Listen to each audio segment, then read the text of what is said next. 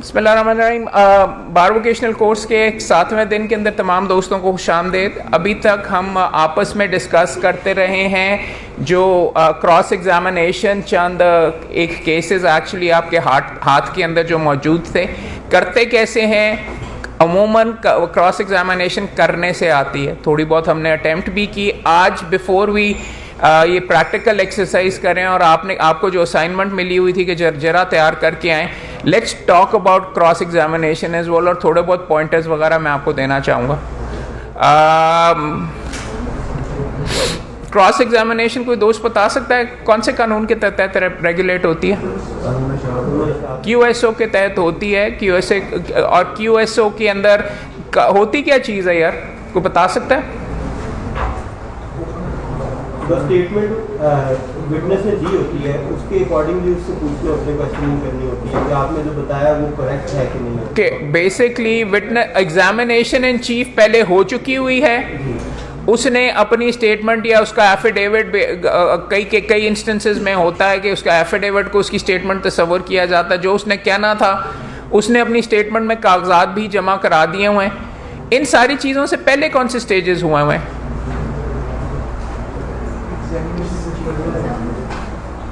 शुरू करें ना, आपने अपना दावा जमा करवाया या उसने अपना दावा जमा करवाया, फिर एक रिटन स्टेटमेंट आई जिसमें पार्टीज ने अपने मौक़िफ़ दे दिए हुए। तो ये चीज़ जरा करने से पहले क्या चीज़ पड़ी होनी चाहिए? इसके अलावा और क्या चीज़ आपकी नज़र के सामने होनी चाहिए? वो भी आ गया। उसके बाद जज क्या करता है? फ्रेमिंग ऑफ इश्यूज भी पड़े होने चाहिए। क्यों? क्योंकि OPD उसमें लिखा हुआ है। आपने क्या साबित करना है, उसने क्या साबित करना है।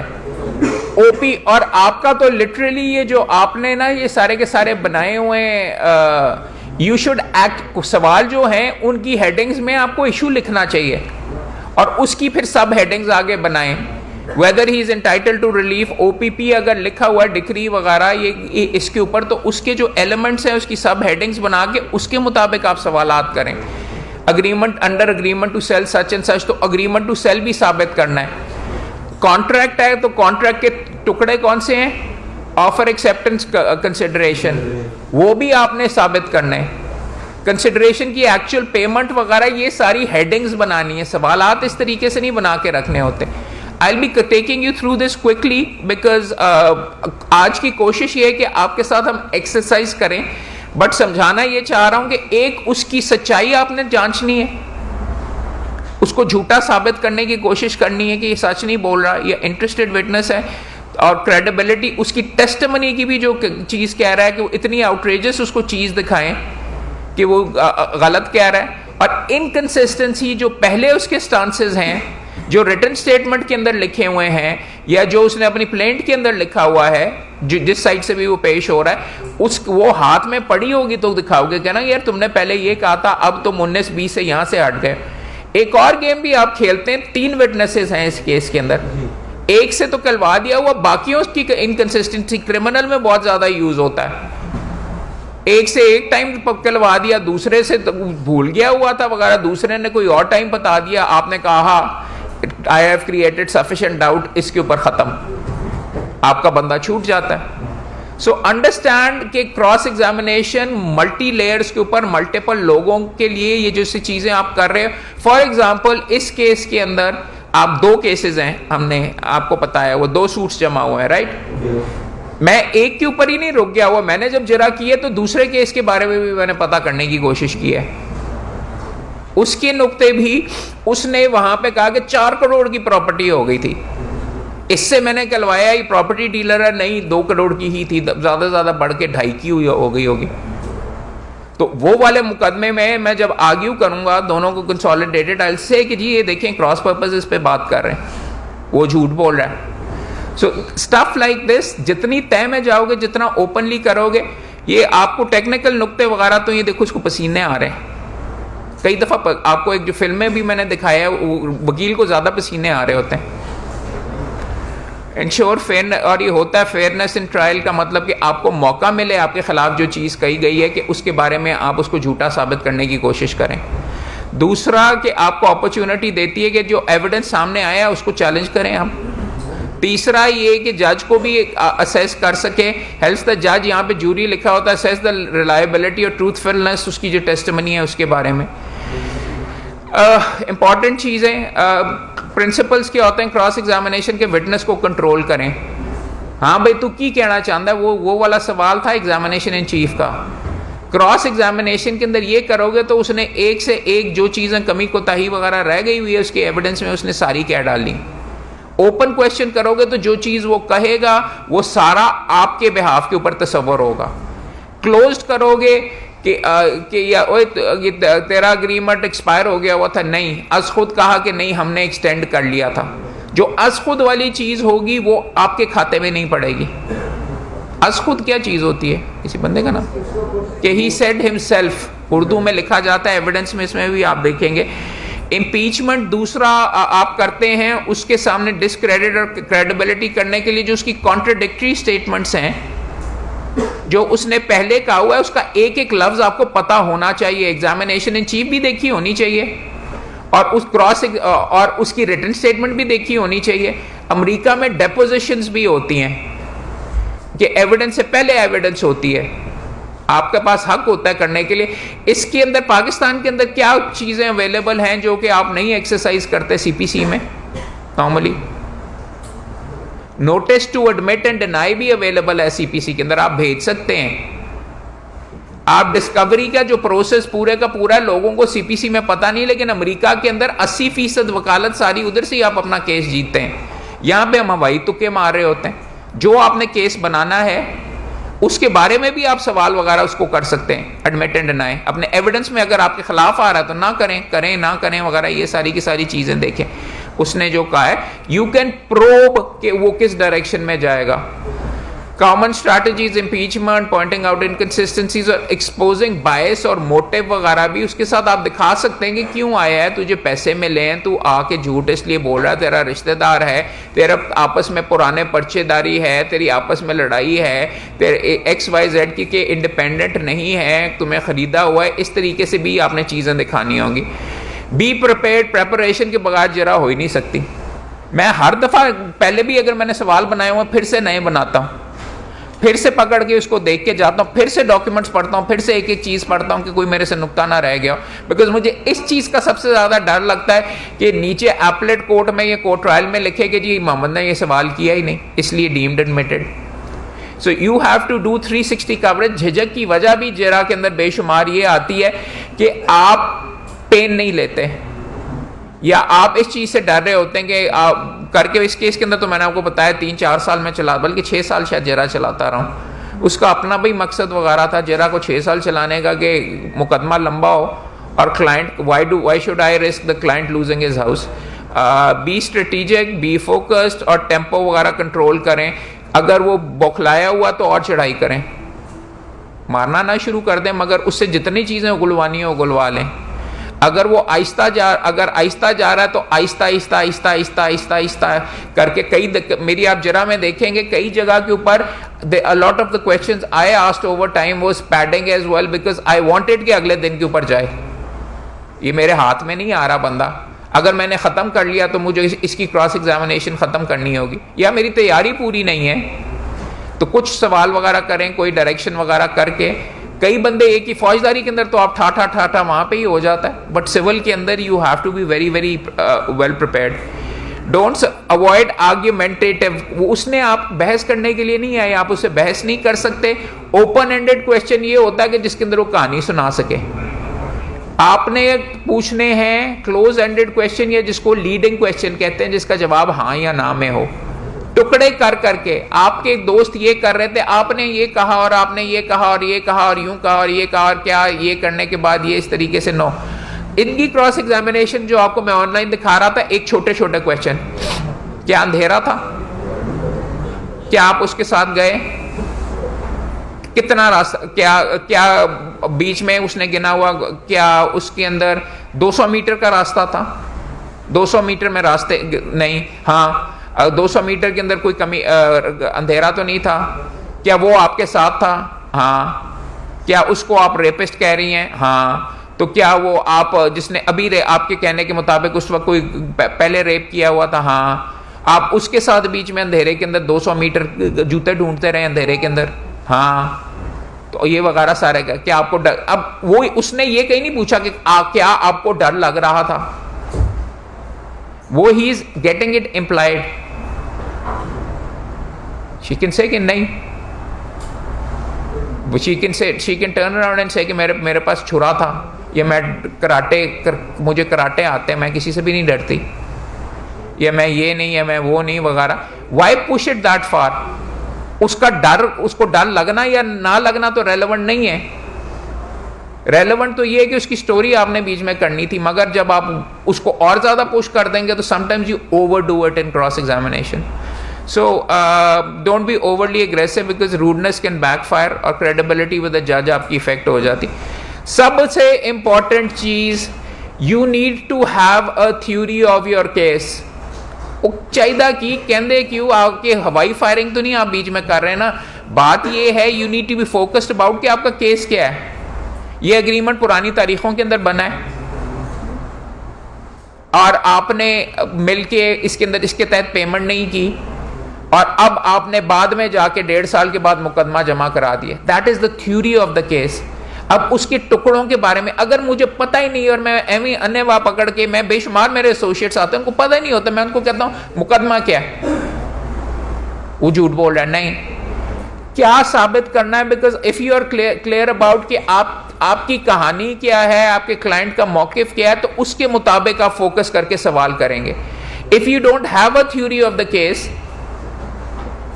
And if you are not clear about अपना डिफेंस योरसेल्फ, ऑल्टरनेट में भी हो सकता है, मगर if you are not clear about your defences वगैरह, you are going to have a problem. आप कोई ना कोई सवाल वगैरह कर देंगे, मिस कर देंगे। So you need to have, अगर आप देखेंगे ये रिचर्ड पोजनर की, जिसकी मैं आपको पता नहीं रिचर्ड पोजनर ये कौन सा पोजनर है बीच में, उसकी किताब जो क्रॉस एग्जामिनेशन फॉर स्टूडेंट्स मैंने आपको रेकमेंड की हुई, इसके अंदर एंड में आएगी, बल्कि मैं देख ही देता हूँ उसका नाम क्या है। लैरी पोजनर की ये जो किताब है ये वाली, skills for cross examination skills for students, इसके अंदर वो आपको, और उसका अगर आप ऑनलाइन वीडियो देखें, आपको दिखाते हैं।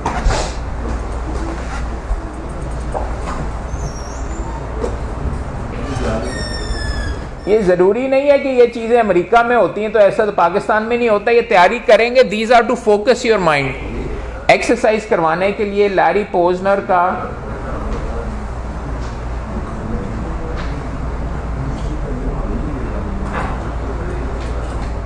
चैप्टर मेथड ये यूज करता है कि मुख्तलिफ चीजें।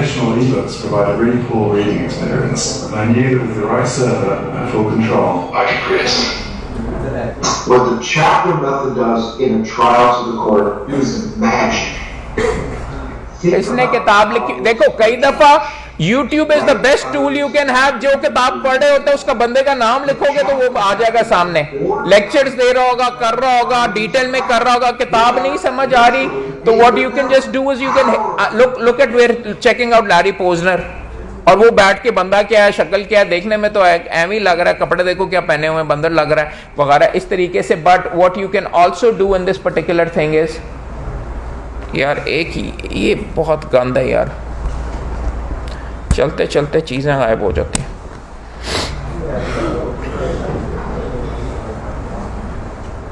चले, और लैपटॉप्स भी इस तरह ही मेरे तबाह होते हैं। ये लैरी पोजनर का आपको मैं फॉर एग्जाम्पल, खैर अब वो आपके सामने आ नहीं रहा, let me try it on this.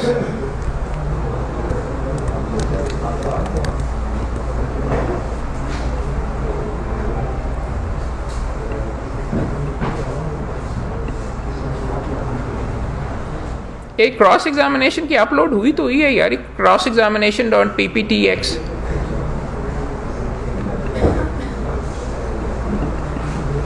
या फिर मैंने मेन ड्राइव में नहीं डाली हुई, शायद मेरे रूट के अंदर पड़ी हो। खैर आपसे मैं वो शेयर कर लेता हूँ, अभी तो आपके सामने ये चल रही है। लैरी पोजनर का ना, अगर आप इस वीडियो को अपने मोबाइल पे जाके देखें, advance techniques using chapter method, उसके अंदर उसके नोट्स भी बने हुए, उसने लिखा हुआ थ्योरी ऑफ द केस क्या है, ये नुक्ता मैंने साबित करना है और इन डॉक्यूमेंट्स के साथ करना है, ये डॉक्यूमेंट्स फलां पेज के ऊपर, और उसने टैग भी लगाए हुए हैं। That is how you go ahead and cross examine, because cross examination जंग होती है। More than any. अगर हाथ में तैयारी वगैरह नहीं की हुई तो you are going to have a problem. आगे आ जाइए। Leading questions, yes no questions पूछें, कॉन्ट्रडिक्शन हाईलाइट करें, डॉक्यूमेंट्स को एविडेंस के तौर पे यूज करें, impeachment of prior statements, inconsistency show करें, dos and don'ts of cross examination, be ready for objections.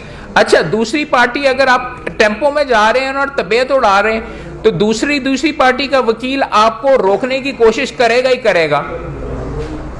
The most relevant question that you ever ask, वो कहेगा ये तो रेलेवेंट ही नहीं है, जज साहब इरेलेवेंट लगे हुए हैं। बिकॉज जितना वो छलांगे मारेगा और जितनी ऑब्जेक्शंस करेगा तो इन ऑल लाइकलीहुड आप सही डायरेक्शन के अंदर जा रहे हैं। उसके ऊपर अगर आपका पारा चढ़ जाए और आप उसके साथ लड़ना, उसके ऊपर आप क्या करेंगे अगर वो आपको इंटरप्ट कर रहा है? क्यों हार गए?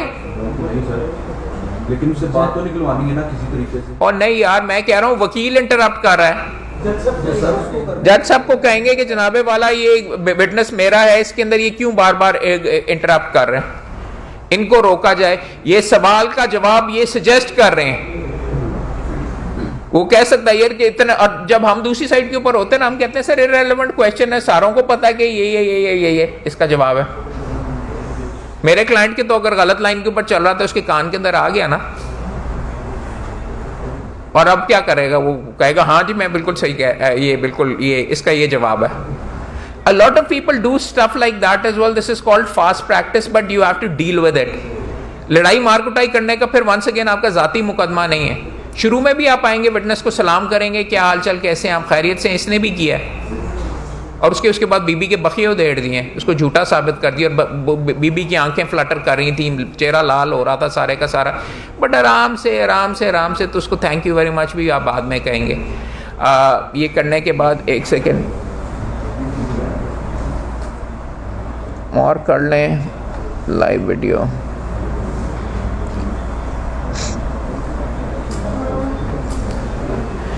बी रेडी फॉर ऑब्जेक्शंस, और उनको, और देखो कई दफ़ा लीगल ऑब्जेक्शंस भी होंगी, उनको भी आपको एड्रेस करना पड़ेगा। आप जज को कह सकते हैं कि जी मेन आर्ग्यूमेंट्स के अंदर हैंडल हो जाएगा, इनकी ऑब्जेक्शन लिख लें, मैं इसको डिनाई करता हूँ, we will argue this separately. कई दफ़ा अगर बहुत ख़राब जा रहा है तो मैं कई दफ़ा जाके कोई सीएम दे देता हूँ या वहाँ पे ऑब्जेक्शन कर लेता हूँ कि जी पहले ये नुक्ता सेटल होगा, ताकि मेरे क्लाइंट के साथ में अगले दिन के ऊपर केस चला जाए और मैं उसकी जाके कहूँ कि यार की कर रहा है, यह नहीं एंज नहीं वेंज नहीं, ये सारी के सारे तरीके वगैरह होते हैं। आगे जाके आप देखें ऑर्गेनाइज क्रॉस एग्जामिनेशन इश्यूज के, एक इशू ही ओपीपी था, आप पे ऑनर्स था, आपने उस पर जरा ही नहीं की उसके बारे में। एग्जामिनेशन इन चीफ के अंदर खैर वहां पे तो एग्जामिनेशन इन चीफ होगी, बट जो इशू ओपीडी था उसके बारे में आपने जरा करनी थी। अगर लिमिटेशन का इशू था, उसने तो प्लीडिंग्स में लिख दिया हुआ है कि मुझे कल पता चला है 10 साल के बाद। You will have to expose him कि जी ये भी हुआ था, आप बीच में एक बंदा मरा था, इनहेरिटेंस के अंदर ये गए थे, तो तुम्हें तब भी नहीं पता चला, जब ये हुआ तुम्हें तब भी नहीं बीच में पता चला। क्या ये दुरुस्त है उस टाइम के ऊपर इनहेरिटेंस हुई थी? क्या दुरुस्त है कि तुम्हें इनहेरिटेंस के अंदर अपना शेयर मिला था? तो ये वाली प्रॉपर्टी जो तुम क्लेम कर रहे हो, तो ये तो फिर उसके इनहेरिटेंस के पूल के अंदर आई नहीं, तो तुम्हारी कभी थी नहीं, या ये नहीं था, ये वो नहीं था। तो this stuff you need to, issues के बारे में इश्यूज लोग भूल जाते हैं, किसने साबित करना है वो भी भूल जाते हैं। कई दफा उन्होंने जो चीज साबित करनी थी एग्जामिनेशन इन चीफ में, फॉर एग्जांपल आपको कह रहा था कि जो आपको कह रहा था कि पेमेंट तो उसने साबित ही नहीं की, तो मुझे क्या पड़ी हुई है कि मैं उस पर जरा करनी शुरू कर दूं? It's OPP, he has to prove कि मैंने इसको पैसे दिए। चेक जो बीच में साथ लगाया है वो है कंपनी के नाम के ऊपर, तो मुझे क्या पड़ी हुई है कि मैं और भी क्लैरिफिकेशन वगैरह उसकी दिलवाऊं? ये उस पे ओनर्स था, and he has not proven it. The cheque which is on record is not in his name. बस so I should, there are areas जहां पे I probably don't need to cross examination, learning what not to cross examine on, और transaction का cross examination is not arguments. लेकिन cross examination ये भी हुआ करता, क्रूसिफिक्शन आप करने के लिए, उसको करने, आप कन्विंस करने के लिए नहीं, आपका तैयार होता है, आपका हर इब्तिदा के अंदर इंस्टिंक्ट होता है कि वो आपको पसंद करे या वो आपकी बात माने या ना सिर्फ वो आपकी बात माने, वो आपसे अग्री करे, उसने अग्री कभी भी नहीं करना। उसकी आपने गलतियों के ऊपर सिर्फ फोकस करना, आप उसको खुश करने के लिए नहीं वहां पे बैठे हुए, आप उससे चीजें उगलवाने के लिए, उसको डैमेज करने के लिए क्यों? He is always going to hate you. वो ये कहता है तुम्हारे क्लाइंट ने मर्डर किया है मेरे बाप को, तो जब तुम सवाल करोगे तो वो तुम्हें क्या उसको कहते हैं प्यार करेगा? आप तो बहुत ज्यादा मुश्किल जगह के अंदर अपने आप को आपने डाला हुआ है कि आप अपने क्लाइंट को छुड़वाने की कोशिश कर रहे हैं, तो आपने बहुत सेंसिटिव तरीके से सवाल करने हैं। जिदा की वजह से बेशुमार वकीलों को गोलियां मारी जाती हैं। So long as you are professional, so long as you are doing your job, आप इतने अग्रेसिव नहीं होते, दैट्स फाइन। मुझे आपसे हमदर्दी है, मगर मैं आपसे चंद सवाल करना चाहूँगा इस मामले के। आपने ये कहा है कि वहाँ पे रात का था, और आपने ये कहा आपने ये कहा है कि रात के 3 बजे हुए थे। आपने ये कहा है कि वहाँ पे एक बल्ब की रोशनी के अंदर थी। बल्ब कहाँ पे लगा हुआ? आपने अगर मौका मुआयना किया हुआ तो बल्ब तो वो क्या ये दुरुस्त नहीं है?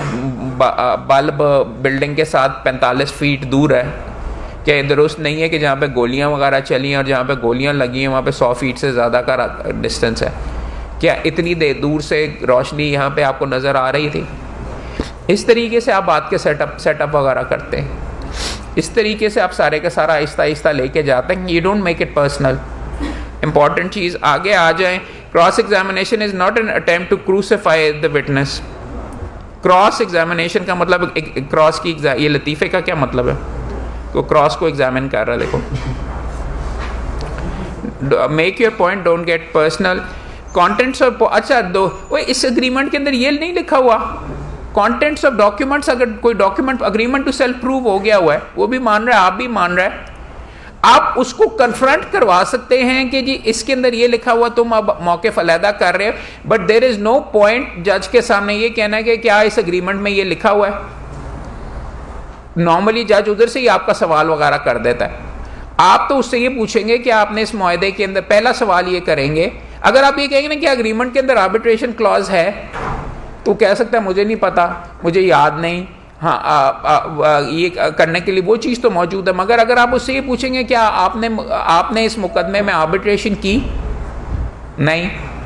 आपके क्या ये दुरुस्त है कि मुकदमे के अंदर मुआहदे के अंदर आर्बिट्रेशन क्लॉज मौजूद है? हाँ, फिर आप आगे जा सकते हैं। First sometimes you need to सजी दिखा के खब्बा मारना पड़ता है, या you need to lay down the ground work. Sometimes technique के अंदर तो ये कहते हैं कॉम्प्रहेंसिव एक ही नुक्ते के ऊपर जरा करनी चाहिए, बट कई दफ़ा मुझे दूसरी साइड के ऊपर ले जाके उसको करके फिर चुपता हुआ सवाल करता हूँ। कई दफ़ा मैं उसको जाके कि ये करके उसकी टैक्सेशन की बात करके शुरू में पहले उसको थोड़ा सा एंक्शस कर देता हूँ। आपके बच्चे कहाँ पे पढ़ते हैं? उसका इससे क्या ताल्लुक? एचसन में पढ़ते हैं, एचसन की कितनी फ़ीस है? आपकी टैक्स के अंदर आप कितना अदा करते हैं पैसे? वो उसके ऊपर हो जाएगा, उसका एक मुकदमे से डायरेक्टली नहीं कोई ताल्लुक, इररेलेवेंट वगैरह शायद हो थोड़ा बहुत, बट क्रॉस एग्जामिनेशन के अंदर स्कोप वाइड होता है। और यही बेसिक प्रिंसिपल भी है, so long as it's not irrelevant you can ask very broad, cast a broad net as well. So एक चीज़ इसके ऊपर ये देख लीजिए, आगे आके इम्पीचमेंट ड्यूरिंग क्रॉस एग्जामिनेशन, ये देखें ये क्या है, ये क्या, इस जोक का क्या मतलब है? Pinocchio, then I'll keep. You'd like to reconsider the last answer. क्या मतलब? और नहीं यार, ना क्या ना लंबा किस तरह उसका हो गया। पिनोकियो की कहा जितना झूठ बोलता उतना लंबा ना। ये इस तरह तो रियल लाइफ के अंदर नहीं होता, लेकिन रियल लाइफ के अंदर आंखें झपकनी शुरू हो जाती हैं, रियल लाइफ के अंदर चेहरा लाल होना शुरू हो जाता है। वो आपके सामने ना आपको वीडियो दिखाया कैनेडी वाले के अंदर, यू विल सी एक there is a series called Lie to Me. कभी किसी ने देखी है? या देखो इंसानों को, there is a series called Lie to Me. उसके अंदर वो बंदा ही बीच में एक स्पेशलिस्ट होता है ह्यूमन चीज़ों का, और वो आपको ये दिखाता है पूरी सीरीज के अंदर के देयर आर टेलिंग साइंस लोगों के ऊपर, how to read the face वगैरह के, जिससे आपको पता चलता है कि असर हो रहा है, सच बोल रहा है, झूठ बोल रहा है कि नहीं। देखिएगा, अच्छी सीरीज है। इसके अलावा there is another series called Bull. Bull देखिए किसी ने? उसके अंदर एक Bull is about a person who is the head of witness analysis. उसका तरीका ये है कि वो केस की थ्योरीज वगैरह बनाता है और विटनेसेस को एनालाइज करता है और एडवाइस ये करता है कि वहाँ पे तो जूरी होती है कि इस विटनेस को रखना है, इसको नहीं रखना है, इसको ऑब्जेक्ट करके आप बीच में ना बैठने दें, ये सारी की सारी चीज़ें। और वो के खुद वकील नहीं होता लेकिन केस की सपोर्ट के अंदर, क्योंकि उस ह्यूमन नॉलेज वगैरह का ये चीज़ है ना। मैं ये नहीं कह रहा कि 24 घंटे फिल्में ही नाफिज करनी शुरू कर दो, मगर जब ये चीज़ें पढ़ना शुरू करोगे तो आपका इसमें से काफ़ी ज़्यादा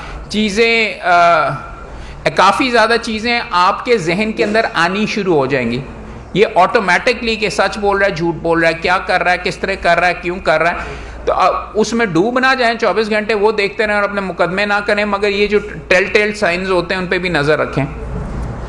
impeachment, non verbal communication, tone of voice, खैर ये जूरी पर perception as you can tell America से मैंने उठाया हुआ है, यहाँ पे लिखना चाहिए था।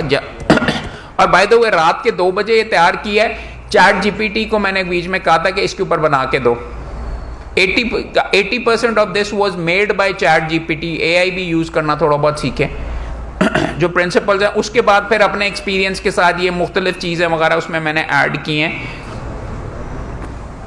जजेस, 10 commandments of cross examination, thou shall prepare, you shall prepare, you shall know कि मैं करना क्या जा रहा हूँ, उससे क्या बात करनी है, theory of the case, you shall take baby steps, टुकड़ों में Aahista Aahista Aahista, you shall lead the witness, you shall know the style and adopt it to the occasion। अगर थोड़ा सा अगर पुश करना है, झूठा है, किस तरीके से करना है, मौके की मुनासबत से आपने अल्फाज, लैंग्वेज, ये सारी की सारी यूज़ करनी है। ये आपको पता होना चाहिए कि कब काफ़ी हो गई है, अब आपके खिलाफ वो बोलना शुरू कर दिया है, या अगर एक जुमला खिलाफ आ गया तो उसको और ना पुश करो कि वो 5 आपके खिलाफ जुमले बोल दे। You shall know what to take to the podium, ये भी पोडियम तो नहीं होता, आपको पता होना चाहिए हाथ में फाइल टैग वगैरह करके सारे कागजात क्या लेके साथ जा रहे हैं, क्या मवाद आपके साथ है, अगर वो झूठ बोल रहा है जिसे कन्फ्रंट करना है। आपको अपनी ऑडियंस पता होनी चाहिए कि जज का क्या रुझान होगा। QSO पता होना बहुत ज़रूरी है, किस नौयत की ऑब्जेक्शंस लग सकती हैं, कौन से डॉक्यूमेंट्स एग्जिबिट हो सकते हैं, वो और जज का आपको पता होना चाहिए। नो द जज। Key takeaways, cross examination powerful tool, ये किताबें आपको मैं कह रहा हूँ करके, इसकी पोजनर की ये बहुत अच्छी किताब है, मैं जितना पढ़ रहा हूँ इसको वो करके, लेकिन थोड़ी सी skills for law students, Larry Pozner की ये फोटोकॉपी आपको मिल जाती है और PDF भी ऑनलाइन मिल जाती है। इसी किताब की एडवांस वर्जन ये है, अगर आपको इब्तिदा में सूझ नहीं रहा तो ये किताब जरूर, 11,000 question for cross examination of witness, civil, criminal और मेडिकल, इतनी मोटी येलो सी ये किताब है। ये PAL पब्लिशर हाउस दिल्ली की आपको यहाँ से मिल जाती है, ये किताब ज़रूर लीजिए। इसमें अगर आपको खुद नहीं कोई सूझ रहा, लेकिन कम से कम कंफर्ट तो होगा ना कि यार मेरे पास ये है, मैंने इसमें से ये सवाल करना है, ये करना है, ये करना है, ये करना है। ये किया हुआ है कि मर्डर केसेस में क्या, अग्रीमेंट टू सेल के अंदर क्या, सूट फॉर डिक्लेरेशन के अंदर किस तरीके से जरा वगैरह करनी है, अग्रीमेंट्स के बारे में, तो this is a good book to have. और फिर इसी तरीके से बंसल की है 4000 question in civil cases, criminal cases के 4000 क्वेश्चन अलग हैं। रिकमेंडेड रीडिंग के बाद ये वीडियोस ऑलरेडी यहाँ पे अपलोड हुए हैं। आर्ट ऑफ क्रॉस एग्जामिनेशन एक किताब आपको मुफ्त मिलती है, सबसे मशहूर किताब आपको मिलेगी, फ्रांसिस वेलमन की है, मुफ्त मिल जाएगी डाउनलोड करने के लिए आपको। गुटनबर्ग के नाम से एक वेबसाइट है जहाँ पे मुफ्त किताबें, दुनिया की जो बेहतरीन जो आउट जा चुकी हैं किताबें पब्लिक डोमेन में अवेलेबल है। कॉसर ब्रदर्स ने भी ये छापी हुई है किताब, art of cross examination, Francis Wellman की, उसमें प्रिंसिपल्स वगैरह अच्छे तरीके से लिखे हुए हैं। उसका फॉरवर्ड मैंने लिखा हुआ है, दो सफ़े मैंने भी उसके ऊपर काफ़ी अच्छे लिखे हुए हैं। ये इस्लामाबाद हाई कोर्ट के अंदर ये वीडियो सारे यूट्यूब के ऊपर हैं, आर्ट ऑफ क्रॉस एग्जामिनेशन पे। आजकल ये मेरे साथ साहब कौन बैठे हुए हैं, ये यहाँ पे आजकल के सौदे पे सदर लाहौर बार एसोसिएशन है, वेरी गुड प्रोफेशनल लॉयर उनकी। और ये कौन साहब हैं टॉप के जो अपने प्रोफेशन में, फरहाद अली शाह साहब, ये फौजदारी के पॉइंट ऑफ व्यू से इन्होंने बताया, ये वाले आप चेक करें। इसके अलावा मेरे भी काफ़ी आर्ट ऑफ क्रॉस एग्जामिनेशन और क्रिमिनल ट्रायल के ऊपर बहुत, ये इनका नफ़ीर मलिक साहब का काफ़ी अच्छा है। इन किताबों के बारे में कौन सी अच्छी हैं वो मैंने वीडियो बनाया हुआ है, और मेरे अपने joy of master for cross examination जो मैंने की है उसके बारे में, introduction to cross examination Sikandar Javed की, ये वो है जिस केस के अंदर मर्डर का केस के अंदर ऐसा नुक्ता लड़के ने निकाल लिया था कि जिसके ऊपर वो बंदा जाके सुप्रीम कोर्ट से एक्विट हुआ। तो ये उस वीडियो, ये वो वाला वीडियो है। और फिर मूवी क्रॉस एग्जामिनेशन, ये आपको भी मैंने माय कजन विनी दिखाई है, एनाटमी ऑफ अ मर्डर दिखाई है, फ्यू गुड मैन देखी है किसी ने? उसमें क्या होता है, कौन से टॉम क्रूज की फिल्म देखी है? वो उसको कहता है तू झूठ बोल रहा है, ये गुस्सा दिला के वो इस तरह गुस्सा दिलाता है कि वो आगे से सच बोल देता है। वो फिल्मों में ही होता है, रियल लाइफ के अंदर बहुत कम होता है। और आप सारे टॉम क्रूज नहीं हैं, सो ये भी एक्सेप्ट कर। देखिए किसी ने टॉम क्रूज वाली? नहीं देखी हुई? चलें, आपको वो वाला एंड के अंदर वो सीन दिखाते हैं आपको भी इसके बाद। और actual memorable cross examination William Kennedy Smith वाली ना, वो बीबी आगे जाके ना भी आपको जो दिखा रहा था ये रेप ट्रायल के अंदर, उसने कोई स्टेटमेंट दी थी जो कि गलत थी, फिर उसको सुनवाया इसने। ये जो स्पीकर की तस्वीर लगी हुई है, उसने कहा तूने ये कहा था, ये चेक कर, अब क्या कहती है, जब झूठ बोल रही थी कि अभी झूठ बोल रही है, और ज्यादा उसको हिला दिया। ये तरीका होता है, that's why you go ahead and impeach it, because अगर उसको कुछ तो कहना पड़ेगा ना।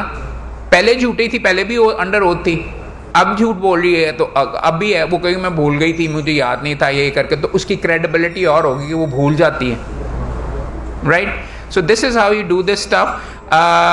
अभी के लिए I think this is more than adequate. आप तमाम दोस्तों के लिए अब हम एक्चुअल जरा करेंगे।